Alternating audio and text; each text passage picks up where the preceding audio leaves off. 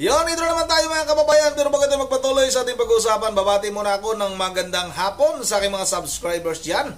Sa aking mga viewers, maraming salamat sa inyong suporta. Shoutout sa inyong lahat. At i-shoutout pa rin natin itong mga subscriber na oto-oto nitong si Epifanio Labrador mga kababayan o sa totoong buhay, Richard Palacio. Meron kasi tayong mga ilang komento dyan na nakikita sa ating YouTube channel na pinagtatanggol nila yung kanilang puon na supot na si Epifanio Labrador mga kababayan. Magtawag pa kayo ng mga kasamaan nyo para sakaling, baka sakali na maniwala ako sa inyo. Yun ang tuloy na tayo kagad sa ating pag-uusapan. Ito'y tungkol na naman kay Epifanio Labrador, ang vlogger na nagtapang-tapangan, ngunit ang katotohanan ay supot naman. Ito na mga kababayan ha, si Richard Palacio alias Epifanio Labrador ay nanginginig na sa takot mga kababayan. Dahil nga kilala na kung sino ba talaga si Epifanio Labrador. Yung nakita ninyo na inilabas natin dito sa ating YouTube channel, yung mukha na yon, yung nagtanggal ng face mask, no? Yun na yun, si Epifanio Labrador sa totoong buhay, Richard Palacio mga kababayan. Kaya nanginginig na sa takot itong si Richard Palacio ngayon mga kababayan ha. May nagpayo na daw sa kanya na tanggalin na yung kanyang face mask. Total naman, kilala naman daw siya na siya si Richard Palacio. Pero ayaw daw talaga niyang ilantad lagi yung kanyang pagmumukha. Dahil nga sa sobrang gwapo niya. Ayaw din na makita yung kanyang pagmumukha. Kasi nga, lagi siyang nanglalait sa mga binabatikos niya kung ano-anong mga mukha, yung kaniyang sinasambit mga kababayan. Pero pala, yung kaniyang itsura pala, ay lagi niyang tatakpan ng face mask dahil nga hindi kaya-aya mga kababayan. Inamin niya na siya si Richard Palacio. At may ipinakita pa siya na video na napakaikli na pumunta daw siya sa NBI mga kababayan. Huwag mo kaming lokohin boy. Huwag kami. Huwag ako. Siguro pwede mong mauto yung mga subscriber na mga oto-oto na hinuhut-hutan mo. Pero ako, hindi mo kami kayang lokohin. Napakaikli ng video na yan. Pwede kahit sino ang kumuha ng video na yan. Tapos pwede mong i-voice over yan. O, nandito ako ngayon sa NBI. Nasa labas na ako, hindi ako papasok. Dahil nga ako'y wanted. Ganon, pwedeng mag-voice over. Dapat pinakita mo yung mukha mo doon. Andito ako sa NBI. Ito ako si Richard Palacio. Dapat ganon. Paano kami maniniwala? Napakasinungaling mo. Sobrang sinungaling mo. Kaya kahit anong gagawin mo, hindi naman talaga totoo mga kababayan na pumunta sa NBI yan. Kasi napakaikli ng video na yun. Pwede niyang iutos kahit sino o pwede siyang kumuha doon sa mga nakaraang video mga kababayan kung sino man yung may upload na ganun. Pwedeng kunin yun. Kasi nga, pwede namang i-voice over yun na nandito ako sa NBI, papasok ako ngayon sa NBI pero hindi ko na lang ipapakita itong pagpasok ko dahil bla bla bla ganito. Pwedeng gawin kahit sino yun mga kababayan. Huwag mo kaming lokohin, Epifanio. Hindi mo kami kayang lokohin. Yung mga pangluloko mo na ginawa mo sa mga kasama mo o sa mga subscriber mo, sa mga kamag-anak mo, hindi mo kami kayang itrato ng ganon. Iba kami. At ito may sinasabi niya nakakatawa. Siya talaga ang mukha nakakatawa. Binabaliktad niya pa na katawa-tawa daw itong Iglesia ni Cristo. Pero ito mga kababayan, ito yung talagang nakakatawa. Sabi niya, ako maaga akong nagising dahil ito, ganito, nagkape ako, tapos naisipan ko na lang mag-vlog. Tapos itong mga kasama ko, tulog pa. Yung mga nagbabantay sa akin ng 24 oras. Saan ka nakakakita nang binabantayan ka ng 24 oras pero tulog? Di ba mga kababayan? Papainom talaga ako ng kape sa taong nga. Teka lang, inom na akong kape. Paano mo masasabi na normal pa yung pag-iisip nitong si Richard Palacio? Sinabi niya, yung mga kasama daw niya, tulog pa. Dahil nga, binabantayan siya ng kanyang mga kasama ng 24 oras. Ibang klase yung nagbabantay sa'yo ng 24 oras, pero tulog. Talagang, ako, ilang araw na ako sumasakit yung tiyan ko sa kakatawan nitong si Epifanio Labrador. Akala niyo siguro, hindi ko pinagtatawanan ito. Natatawanan na ako bigla. Pag naiisip ko itong tao na ito. Grabe, sobrang sinungaling. Magaling gumawa ng kwento. Kaso nga lang naman, puro palpak naman yung kanyang kwento. Wala naman po, hindi naman natatalab sa atin, hindi naman natin paniniwalaan. Dahil nga, barado sa atin lahat ng kanyang mga kwento. Wala. Kwentong barbero lahat. Yung kanyang mga oto-otong subscriber lang, talagang kanyang mauuto. Ito mga kababayan. Ito sabay-sabay natin itong panoorin. Patong ko lang dito Ito na. Ito. Ayan. Pasensya na po kayo kung masyadong napaaga, no? Napaaga na siya. Siguro mga alas 4 pa lang. So, nagkape ako. So, naisipan ko na lang na mag-vlog. So, tulog pa yung ating mga kasamahan na kumbaga nagiging bantay po natin 24 oras.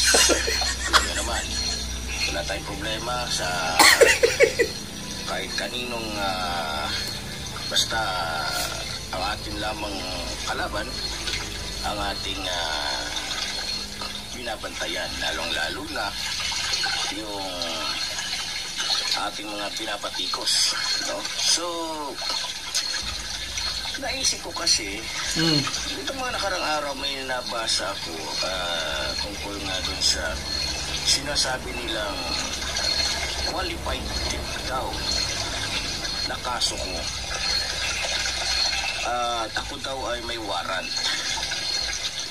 Sa totoo lang mga minamahal kong mga kababayan, hindi ko lang lubos maisip kung bakit yan ang naisip nilang ipukol sa akin.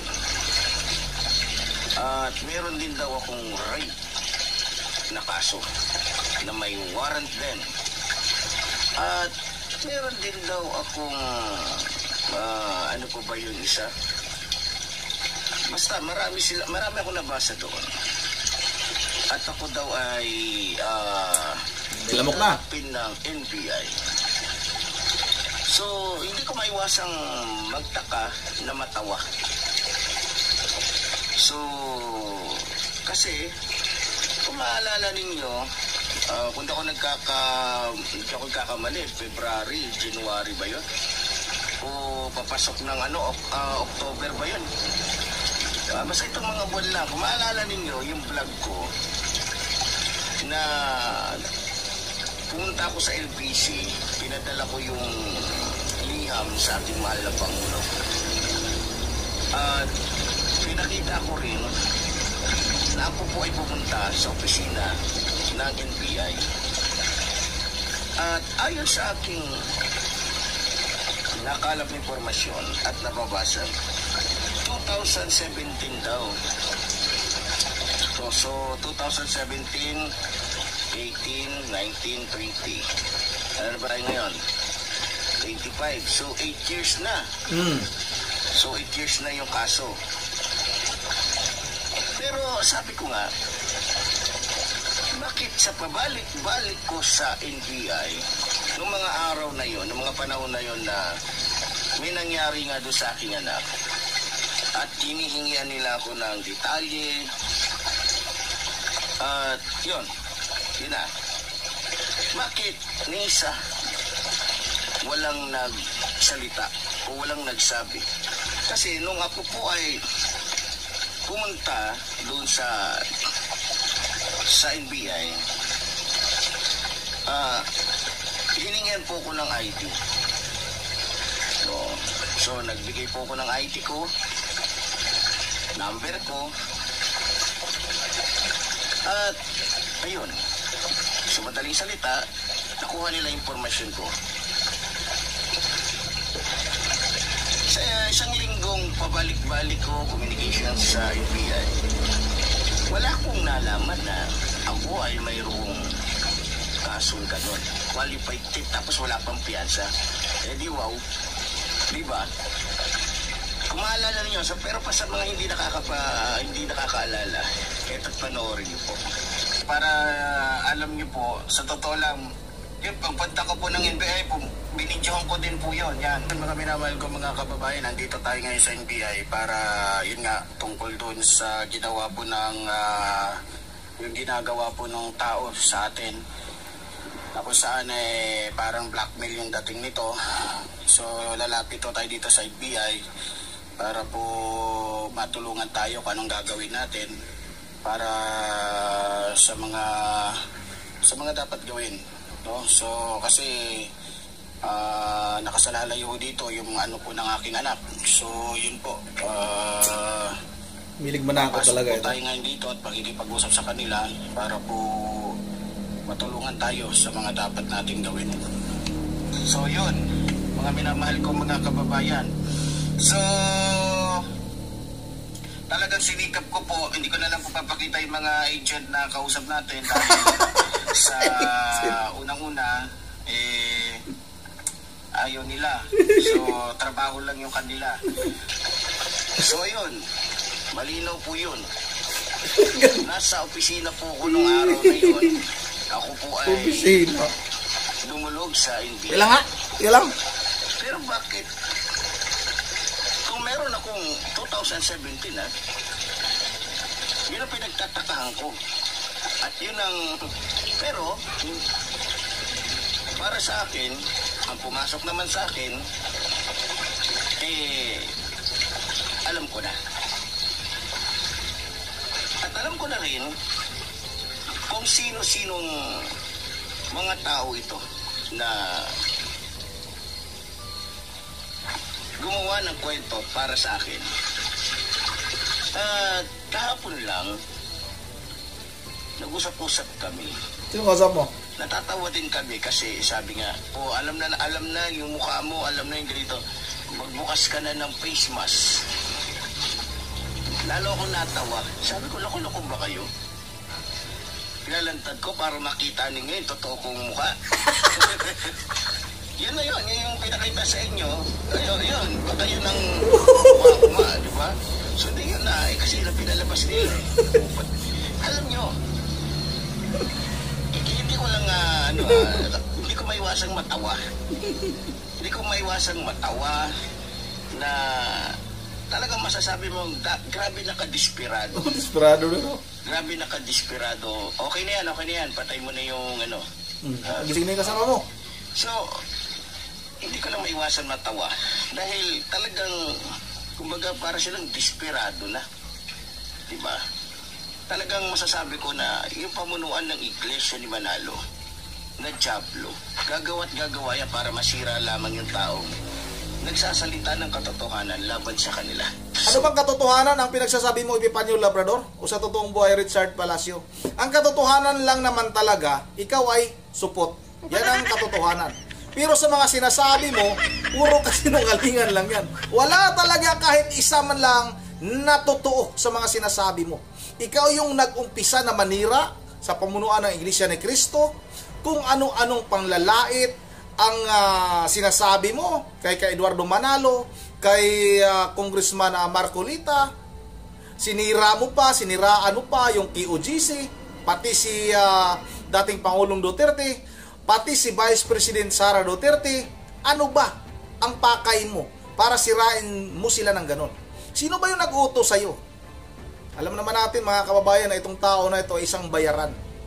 Nakita na natin yung kanyang video kung saan nagpapakita siya ng baril at humingi siya ng 1 milyon para itumba daw niya si dating Congressman Arnie Teves. Itong tao na ito ay bayaran ito. At may patunay tayo na itong si Epifanio Labrador sa totoong buhay, Richard Palacio, ay nanghutot sa kanyang mga subscriber. Kasi isa sa kanyang mga subscriber, mga kababayan, na si Ma'am Joyce ng Japan, ay talagang nagsabi sa akin na siya mismo minisage nitong si Epifanio Labrador. Nagpadala po ito ng GCash number para daw doon ipadala yung pira na hinihingi niya. Ang kapal ng mukha nitong tao na ito. Sobrang kapal ng mukha. Kung gaano kakapal yung helmet niya dahil hindi pa nga siya natutuli. Ganon din kakapal ang mukha nito. May helmet ka, may face mask ka na nga, may helmet ka pa.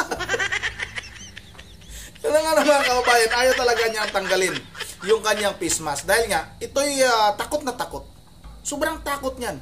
Habang naiisip niya, kung halimbawa, talagang laging nakikita yung kanyang pagmumukha dyan sa kanyang mga video, iba ka yung mga panglalait na ginawa niya. Lahat ay siya yung tatamaan.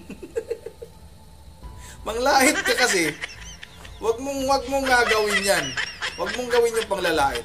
Dahil lahat tayo, ginawa ng Panginoon ng maganda at gwapo. Yun ang kasabihan, mga kababayan.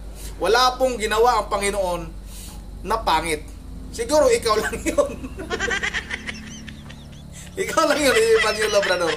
Kaya, yung sinasabi mo na natatakot yung pamunuan ng Iglesia ni Cristo dahil sa mga ibinubunyag mo, wala naman mong katotohanan lahat yan.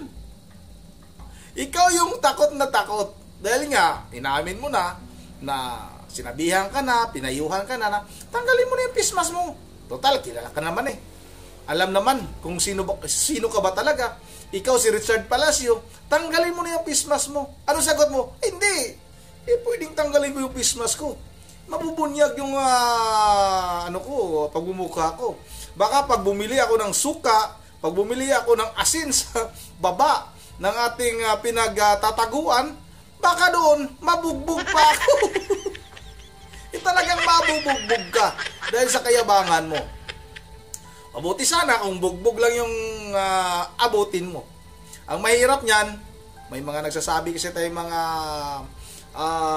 nagko-komento dito sa ating YouTube channel na pag makita nila si Richard Palacio, babalatan daw nila, tatanggalan daw nila ng helmet. Tatanggalan daw nila ng helmet. Itong si Richard Palacio, mga kababayan, alam nyo na kung anong klaseng helmet yan.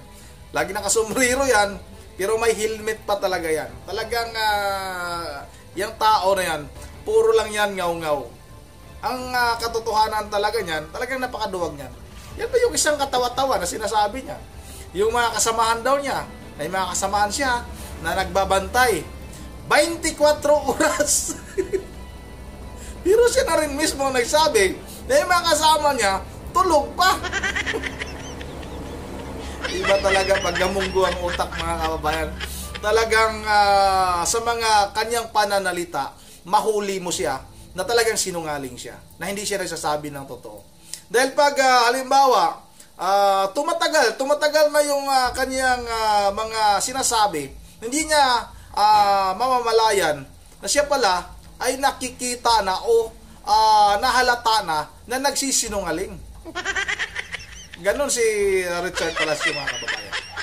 Yun ang dito lang muna at bago tayo magtatapos ay mag-shoutout lang muna tayo dahil nga may maraming nagko-komento dito sa ating upload kahapon, mga kababayan. I-shoutout ko lang itong mga bago nating mga nagko-komento dito. Yan yung aso ko, napakaingay. Baka si Richard Palacio, baka nasa labas. Baka nasa labas si Epipanyo Labrador, mga kababayan. Ang ingay ng aso ko, kanina pa maingay yan. Yun ang shoutout na. Shoutout tayo, mag-shoutout tayo. Mag-shoutout tayo kay Gregorio Pinga, Marcos ang sa kanya. Yun, at shoutout na rin kay Mira Flor Soto. Tama ka dyan, kapatid. Maraming salamat, Mira. Excuse me, Mira Flor Soto. Shoutout na rin kay Punga Ming TV.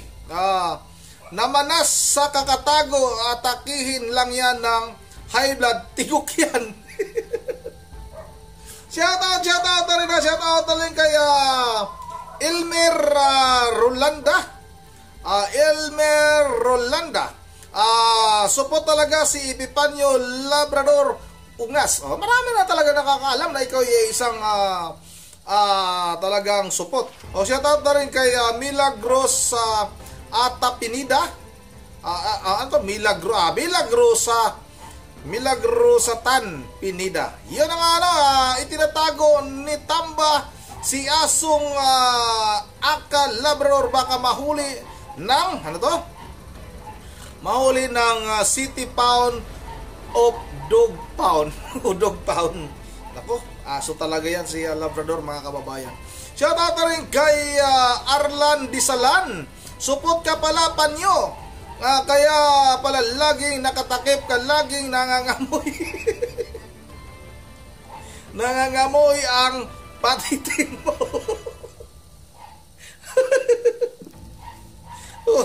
Yan yung aso kong ingay. Nandun sila sa labas si Epipanyo Labrador.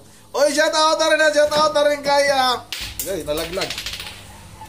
Shoutout na rin kay Felix Abuban. Namaga, kakagayat ng lamok sa gubat. Namaga na talaga ang mukha ni Richard Palacio. Shoutout na rin kay Hotdog ka gani, bay. Pag maigo na imong mata sa akong sampal. Shoutout na rin kay Bianjan Sinasito. Ikaw vlogger ang nagsasalita ng hindi mabuti kay Epipanyo.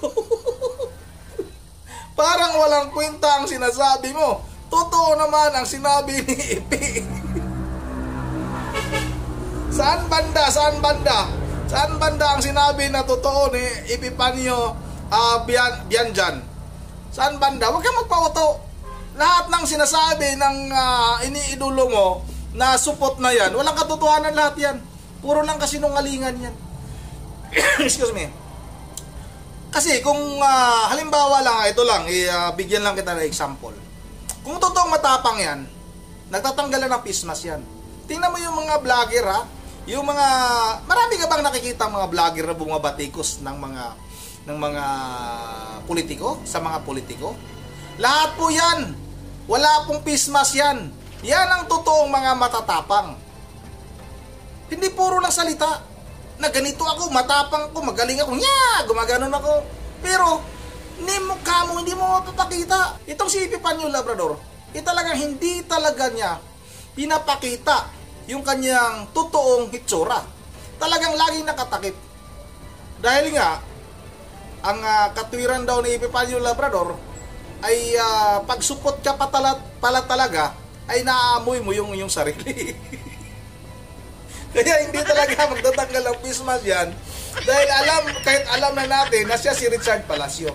Kasi nga, ang iniiwasan niya, yung maaamoy yung kanyang sarili. Yun ang shoutout na rin kay Ma'am Joyce ng Japan Si Ma'am Joyce, hinihintay ko talaga yung Gcash ni Epipanyo Labrador. Dahil mayroong mga gustong magpadala. Shoutout na rin kay Ma'am Virgin Religious ng Pulilan, Bulacan, kay Ma'am Idus Borde, kay Ma'am Susan 786 at kay Juanito Kilantang, wala ng talab yan sa amin, boss.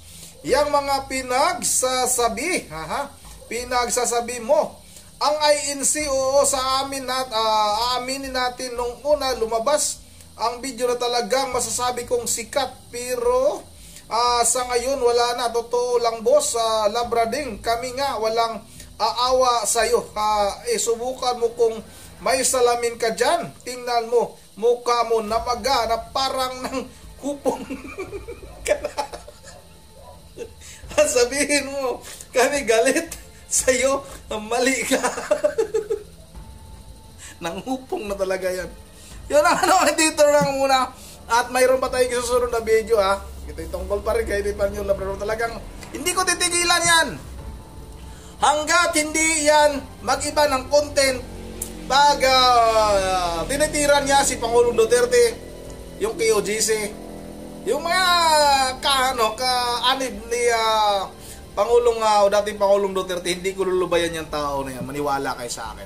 Yun ang dito lang muna. Once again, this is Rundi TV mo. Ingat yung lahat. God bless bawat isa sa atin.